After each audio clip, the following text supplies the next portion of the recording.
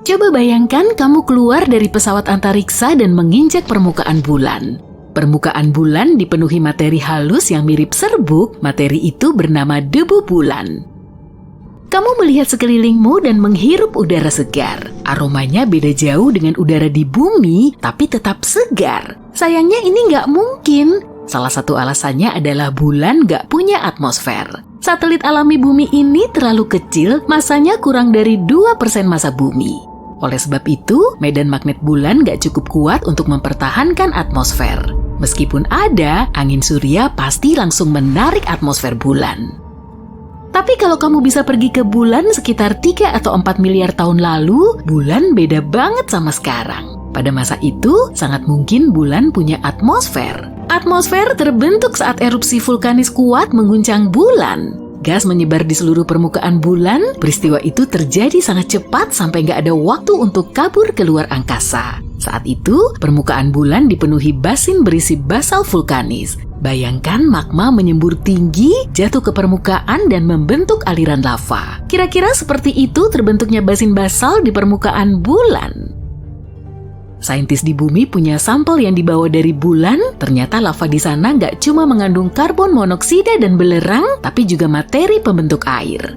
Berkat sampel ini, peneliti berhasil memperhitungkan jumlah gas yang naik dan membentuk atmosfer. Atmosfer bulan tampak paling tebal sekitar 3,5 miliar tahun lalu dan cuma bertahan kira-kira 70 juta tahun. Setelah itu, puff, atmosfer bulan hilang di luar angkasa. Tapi kerennya, waktu bulan punya atmosfer, jaraknya dengan bumi sekitar 3-10 kali lebih dekat. Sebuah simulasi komputer bahkan menunjukkan bulan mungkin 19 kali lebih dekat daripada sekarang. Jarak antara bulan dan bumi mungkin 30.000 km saat itu. Sekarang, jaraknya sekitar 390.000 km. Oleh karena itu, dulu bulan kelihatan jauh lebih besar di langit. Sayangnya waktu itu dinosaurus pun belum ada untuk mengagumi pemandangan itu. Sama dong.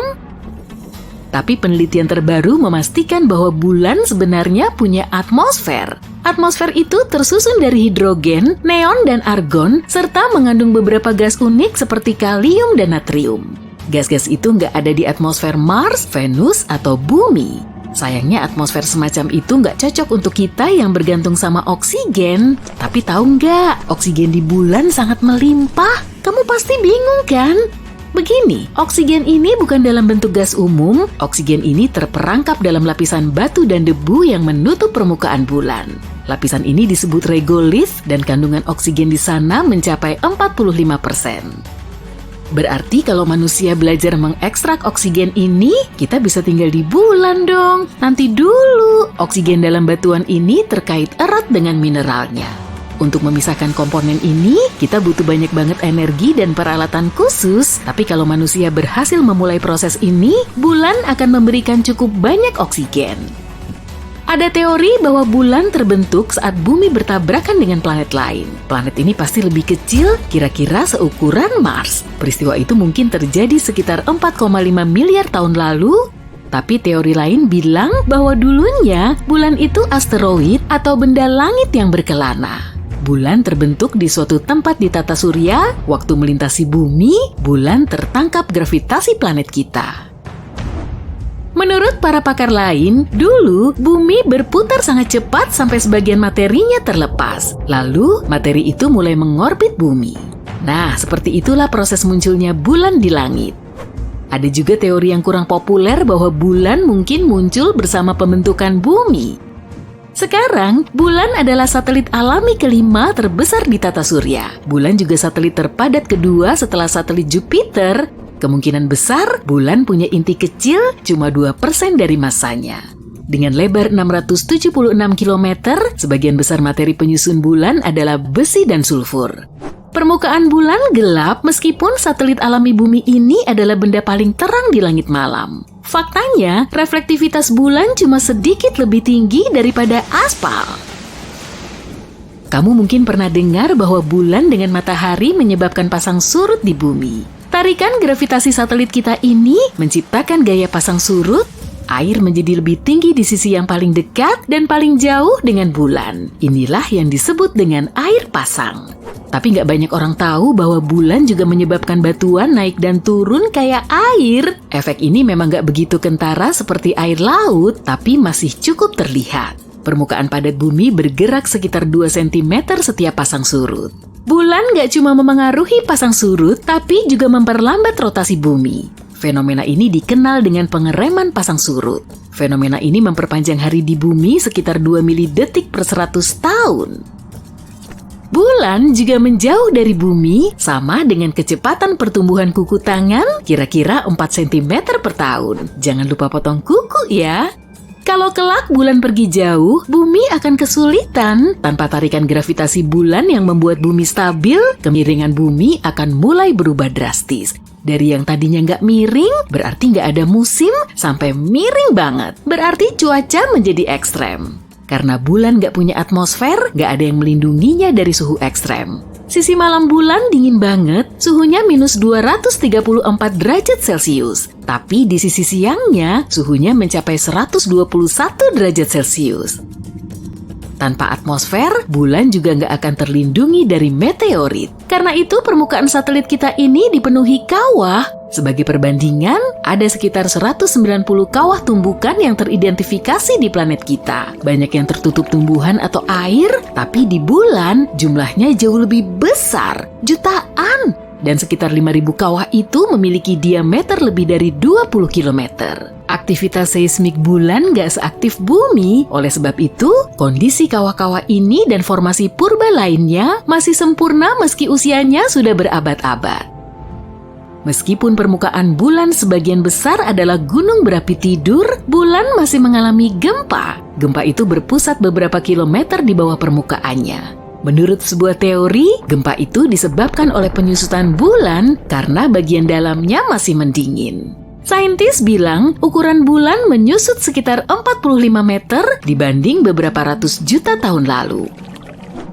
Kok bisa sih? Bayangkan anggur yang jadi kismis, anggur itu mengerut saat menyusut. Hal itu terjadi juga pada bulan. Bulan menyusut dan mengerut, tapi nggak seperti anggur. Bulan nggak punya kulit yang lentur. Permukaannya keras dan rapuh, jadi waktu bulan mengecil, keraknya retak dan pecah. Bagiannya terdorong ke bagian lain dan peneliti hampir yakin patahan itu masih aktif dan mungkin menjadi penyebab gempa bulan. Sebagian gempa ini cukup kuat, hampir 5 skala Richter. Waktu menatap bulan, kamu selalu melihat sisi bulan yang sama kan? Seperti planet kita, bulan berputar pada porosnya. Tapi rotasi ini berlangsung sekitar 27 hari. Waktunya sama dengan saat bulan mengorbit bumi, fenomena itu disebut penguncian pasang surut. Sebelum luar angkasa dijelajahi, manusia nggak pernah melihat wajah lain bulan. Mereka nggak tahu wujud sisi jauh bulan. Sisi dekat bulan sebagian besar terdiri dari dataran luas yang menutupi basin tumbukan. Tapi sisi jauh bulan nggak rata dan penuh kawah. Kerak di sisi ini lebih tebal dengan lebih sedikit bukti aktivitas vulkanis. Ngomong-ngomong, bulan nggak bulat sempurna, bentuknya lebih mirip telur. Kalau dilihat-lihat, salah satu ujung kecilnya selalu menghadap ke arah kamu. Iya, ke arah kamu. Karena itu pusat massa bulan nggak sama dengan pusat gravitasinya. Nyatanya perbedaannya sekitar 2 km, seperti bola golf yang dibikin asal-asalan. Coba deh, arahkan pandanganmu ke langit sana. Lihat titik kecil berwarna kuning itu kan? Nah, itulah Titan, satelit alami terbesar di Saturnus ini. Merupakan bulan terbesar kedua di tata surya kita. Dan kemungkinan Titan menjadi satu-satunya tempat di tata surya yang mengandung air, selain di bumi tentunya. Titan juga punya atmosfer pelindung untuk menjaganya dari radiasi matahari dan sinar kosmik. Sama seperti bumi, ibarat rumah, Titan perlu banyak sekali bebatuan untuk menjaga kelangsungan hidup. Oke, kencangkan sabuk pengamanmu ya. Kita akan segera terbang menuju ke sana. Waktu tempuh yang sebenarnya tentu sangat lama, tapi kan ada YouTube. Nah, sampai juga di Titan. Ukurannya memang sedikit lebih besar dari bulan kita, tapi bobotnya jauh lebih besar, bahkan melebihi Merkurius loh.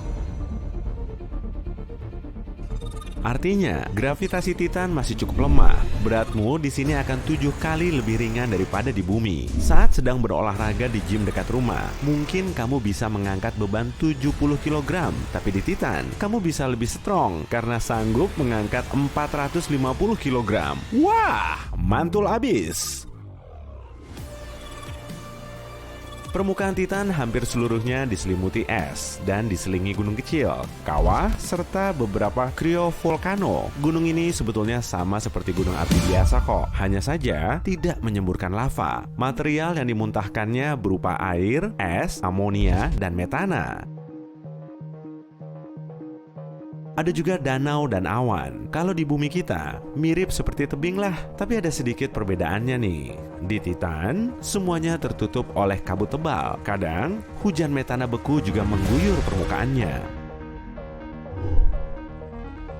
Di bumi, kita memanfaatkan metana sebagai bahan bakar karena mudah terbakar. Tapi di Titan, tidak ada oksigen. Kita tidak bisa menyalakan api di satelit berbatu ini. Nah, karena tidak ada oksigen, kamu perlu memakai masker oksigen. Di sini tak perlu pakai baju luar angkasa seperti di bulan kok, karena atmosfernya lebih kuat. Tapi kamu membawa mantel tebal kan? Siap-siap lo ya, karena sebentar lagi udaranya akan sangat dingin. Suhunya bisa mencapai minus 185 derajat Celcius. Di bumi saja, suhu terdinginnya cuma sampai minus 90 derajat Celcius. Itu pun terjadi di kutub selatan. Suhu di Titan sangat dingin karena lokasinya sangat jauh dari matahari. Jaraknya hampir mencapai 1,4 miliar kilometer. Kabut dan atmosfer pekat menghalangi sinar matahari yang memancar ke permukaannya. Kondisinya terkesan ekstrem ya, tapi jangan salah, makhluk hidup bisa bertahan di mana saja. Misalnya saja bakteri Deino. Nama latinnya panjang banget.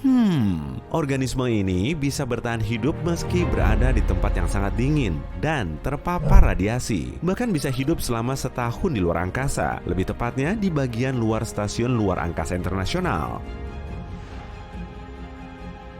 Stasiun luar angkasa memang tidak ada apa-apanya dibandingkan Titan. Apalagi kalau kita menelisik satelit alami ini secara lebih mendalam. Banyak ilmuwan yang meyakini ada lautan luas di bawah permukaannya. Gravitasi Saturnus membuat inti Titan agak panas. Di lautan tersebut juga terdapat amonia. Senyawa ini seperti anti bekunya Titan. Selama airnya tidak membeku, makhluk hidup akan bisa bertahan hidup. Jadi, ada apa saja di bawah sana?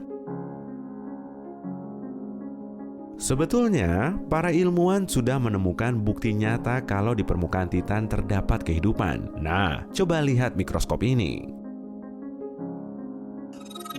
Inilah C3H2 yang ditemukan oleh sekumpulan perangkat berantena aneh di Gurun Chili. Sebanyak 66 antena diarahkan ke langit menuju titik yang sama. Molekul C3H2 bisa berperan sebagai pembentuk DNA yang merupakan kode kehidupan. Sebagian orang menganggap molekul ini sudah ada di planet kita sejak miliaran tahun lalu, saat kehidupan baru dimulai. Mereka memastikannya menggunakan probe yang benar-benar mendarat di Titan. Rupanya, antena di gurun itu benar. Titan menduduki posisi teratas dalam daftar lokasi yang bisa kita tinggali suatu saat nanti. Weh, Mars, kamu tersikut ya? NASA memiliki proyek baru bernama Misi Dragonfly. Lembaga antariksa Amerika Serikat ini akan mengirimkan drone ke Titan agar bisa menjelajahi lebih dekat. Misi ini akan diluncurkan 6 tahun lagi dan roketnya akan mencapai satelit Saturnus ini 9 tahun kemudian. Jadi kita masih perlu menunggu lama nih sebelum akhirnya bisa angkut-angkut barang menuju Titan. Setelah mendarat di permukaan Titan, drone Dragonfly akan terbang berputar-putar seperti helikopter ganda. Drone ini akan punya 8 baling-baling selebar hampir 1 meter. Meskipun lemah, gravitasi di Titan cukup bisa kok membuat drone-nya melesat dengan mulus. Dragonfly akan mampu terbang sejauh 2,3 km, lepas landas dan mendaratnya secara vertikal, sama seperti helikopter biasa. Tapi, masalah utamanya terdapat di baterai drone. Para ilmuwan menemukan generator yang bisa mengubah energi radiasi panas menjadi energi listrik. Ya, pokoknya gitu deh. Dalam sekali cas, diperkirakan bisa dipakai untuk terbang non-stop selama beberapa jam. Dragonfly akan mengangkut banyak peralatan yang dipakai untuk melakukan penelitian. Jadi, bentuknya akan sangat berbeda dari drone yang biasa kita terbangkan di taman saat weekend. Beratnya saja setara dengan total berat 3 ekor burung unta. Drone ini juga akan punya 2 drill, sejumlah sensor, alat spektro untuk mencari bahan kimia yang terdapat di Titan. Selain itu, Dragonfly akan dilengkapi dengan saluran cuacanya sendiri, beserta ribuan instrumen untuk mengukur suhu, awan, dan lain-lain. Seperti gadget canggih zaman now, drone ini punya kamera. Siap-siap saja kamu akan mendapatkan foto landscape Titan yang sangat menawan. Semalam di Titan berlangsung sekitar 8 hari di bumi. Saat itulah drone akan bergerak lambat di permukaan sambil mengecas dan menganalisis sampel. Prosesnya memang berlangsung sangat lama, tapi bagus dong. Jauhnya jarak dari bumi menuju Titan menyebabkan sedikit masalah, yaitu komunikasi jadi tertunda. Saat dipancarkan, sinyal harus menempuh jarak dari pusat pengendali misi menuju Dragonfly sejauh setengah kali jarak tata surya kita selama 1 jam. Lain halnya saat menuju Mars, sinyalnya cuma tertunda sekitar 10 menit. Nah, kalau ke bulan, tertunda selama sekitar 1 detik. Dragonfly digadang-gadang bisa memberikan lebih banyak informasi tentang kelayakan satelit Titan untuk kita tempati. Sebagian ahli bahkan ingin mencari sup purba. Sup ini merupakan campuran berbagai zat penting yang menjadi unsur pembentuk kehidupan. Kita bisa melihat sup yang sama di bumi sekitar 4 miliar tahun yang lalu, dan setiap organisme hidup yang pernah ada berkembang dari campuran unsur organik ini. Jika proyek Dragonfly berhasil dan Titan memang bisa dihuni, drone ini akan punya satu misi lagi, yaitu menemukan tempat yang laik untuk kita tinggali. Tapi, pembentukan koloni mandiri di planet lain tentu saja akan menjadi hal tersulit yang pernah kita lakukan. Kendala pertamanya yaitu produksi energi. Ya, mungkin kita bisa mendirikan semacam pembangkit listrik tenaga nuklir, kemudian tempat bernaung untuk mesin dan manusia. Bangunan baru di Titan harus bisa melindungi kita dari suhu dingin yang menggigit serta cuaca buruk. Kita juga perlu mencari cara untuk mengumpulkan serta menghasilkan air minum dan oksigen. Belum lagi rumah kaca untuk menanam sumber makanan. Oh ya, perlu juga menambang bahan bakar yang nantinya diisikan ke kendaraan. Nah, untungnya Titan punya banyak persediaan metana. Tentunya sangat bagus untuk dijadikan sebagai bahan bakar. Tapi, perlu diingat juga masalah besarnya. Karena gravitasi di Titan sangat lemah, penghuninya bisa kehilangan banyak massa otot. Akibatnya, mereka akan sulit bekerja, bahkan menjalani hidup. Belum lagi kriovolcano yang terus menyemburkan materialnya kapan saja. Atau mungkin kita perlu ide yang lebih berani dan menantang. Ubah saja atmosfernya. Tak perlu lagi tuh pakai topi dan sarung tangan berlapis-lapis. Untuk mewujudkannya, kita perlu melakukan terraform di permukaan Titan agar mirip bumi dalam waktu yang lama. Atmosfer Titan harus diperkaya dengan oksigen agar kita bisa bernafas. Bagusnya lagi, kalau suhunya agak lebih hangat. Setelah itu, perlu juga menciptakan biosfer dengan menanam tumbuhan. Kita bisa mengubah Titan menjadi hutan rimbun penuh dengan pepohonan yang kita bawa dari bumi. Tapi karena tekanan dan gravitasinya berlainan, pepohonan di sana akan terlihat berbeda dari yang biasa kita lihat di bumi. Mungkin akan tumbuh sangat tinggi atau malah berukuran super duper mini. Siapa yang tahu pasti? Yang jelas, kita perlu memastikan Titan memang layak dihuni makhluk hidup. Para ilmuwan baru-baru ini menduga ada bentuk kehidupan di Venus. Ukuran planet ini hampir sama dengan bumi, bahkan juga dijuluki sebagai kembaran bumi. Mereka menemukan gas fosfina di Venus. Konon, gas ini dihasilkan oleh organisme hidup. Rupanya dugaan ini salah. Ya, tidak sepenuhnya salah sih. Ada sedikit gas fosfina yang menggantung di udara, tapi jumlahnya jauh lebih sedikit dari perkiraan awal. Nah kan, peneliti planet lain memang susah banget guys. Ilmuwan masih sering keliru. Pada jarak 640 tahun cahaya dari matahari, ilmuwan menemukan planet WASP 76b, di mana terjadi hujan besi. Planet itu sangat dekat dengan bintangnya dan selalu menghadap bintang itu pada sisi yang sama. Istilahnya, terkunci pasang surut. Suhu dari sisi yang terang begitu tinggi hingga logam meleleh dan menguap di sana. Setengah planet yang lain cukup dingin, hingga logam berkondensasi lagi dan turun sebagai hujan. Omong-omong tentang penguncian pasang surut, bulan kita sama saja. Nggak ada sisi gelap di bulan, hanya saja bulan selalu menghadap kita pada sisi yang sama. Ketika bulan sedang berada di antara bumi dan matahari, yang kita sebut sisi gelap tersinari dengan terang. Cuma kita nggak bisa melihatnya dari planet kita. Masuk akal? Satu penelitian terkini mengklaim bahwa bulan berekor. Dan tiap bulan, ekor itu membalut planet kita kayak syal. Ekor ramping yang tersusun atas jutaan atom natrium mengikuti satelit alami bumi. Dan planet kita secara teratur bergerak langsung melaluinya. Tabrakan meteor meledakkan atom-atom natrium ini keluar dari permukaan bulan dan lebih jauh memasuki antariksa. Kamu tak akan percaya, tapi bulan itu menyusut loh. Satelit alami bumi itu sekarang 45,72 meter lebih kecil dibanding ukurannya ratusan juta tahun lalu. Alasan dari fenomena ini mungkin pendinginan bagian dalam bulan. Hal ini juga bisa menjelaskan gempa yang mengguncang permukaan satelit alami planet kita itu. Para astronom baru-baru ini menemukan bahwa Mars aktif secara seismik. Gempa Mars muncul di sana secara teratur.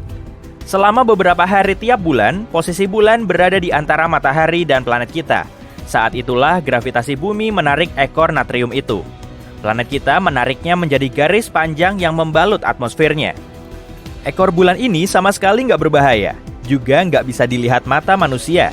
50 kali lebih redup daripada yang bisa kamu lihat.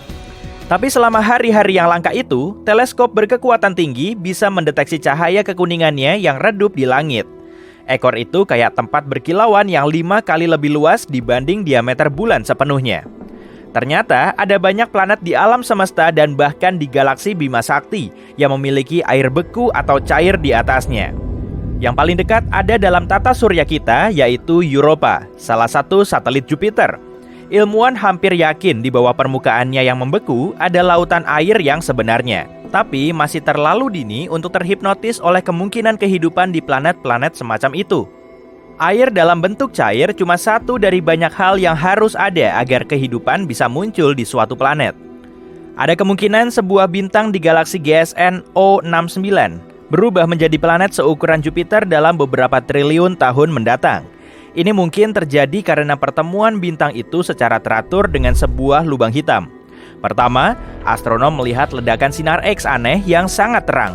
Sinar itu padam tiap 9 jam. Setelah meneliti fenomena ini beberapa lamanya, ilmuwan sadar itu adalah bintang yang bergerak dengan orbit unik mengelilingi lubang hitam. Ternyata, selama jutaan tahun, lubang hitam telah mengubah raksasa merah itu menjadi katai putih, dan proses itu sama sekali tak akan berhenti. Ilmuwan telah menemukan jejak-jejak fosfina di atmosfer Venus.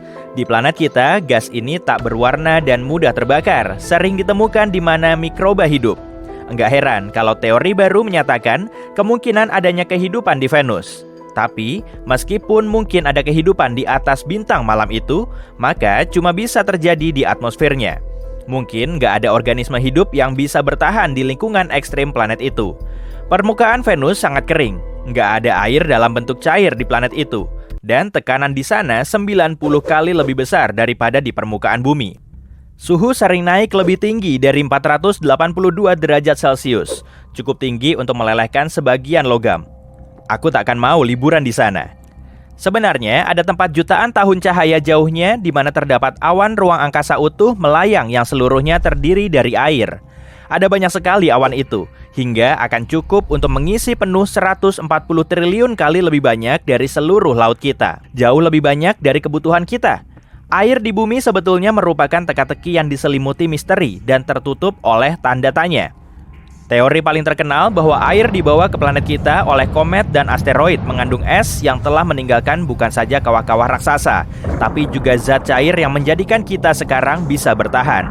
Tapi di ruang angkasa ada banyak sekali materi organik, dan dalam kondisi tertentu, materi ini bisa menghasilkan banyak air yang akan cukup untuk mengisi penuh beribu-ribu kali lautan kita.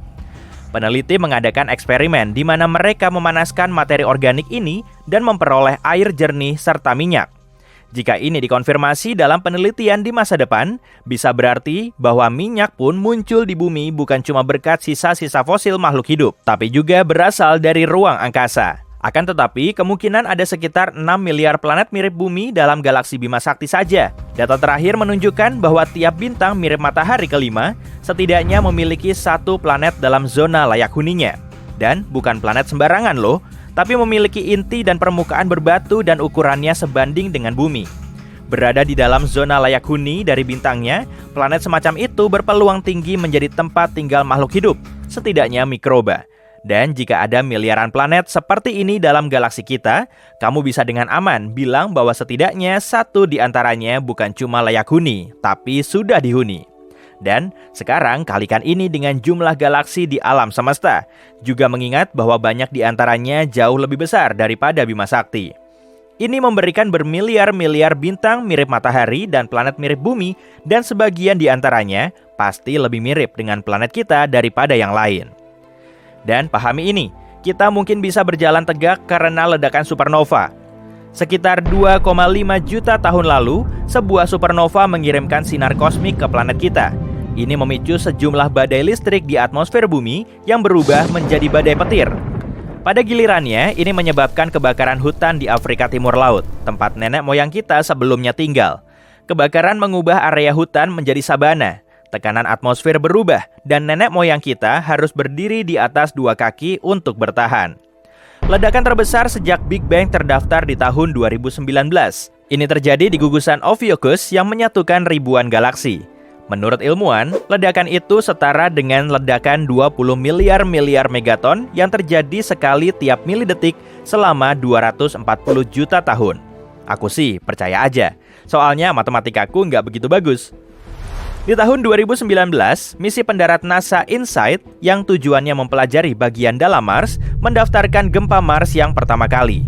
Gempa-gempa ini cepat terbentuk, sekitar 2 gempa sehari. Kebanyakan gempanya kecil. Kamu tak akan merasakannya kalau itu terjadi di planet kita. Sejauh ini telah lebih dari 300 gempa Mars telah terdeteksi. Itu adalah gempa pertama di objek antariksa selain bumi dan bulan. Fenomena misterius lain yang ditemukan oleh misi itu adalah denyut magnetik aneh. Denyut ini muncul tiap tengah malam di sekitar misi pendarat itu. Masih belum jelas apa denyut itu. Mungkin setelah tengah malam, mereka akan mengizinkannya jalan-jalan. Atau semacamnya. Atmosfer Pluto naik jauh lebih tinggi di atas permukaan planet Katai itu daripada misalnya bumi.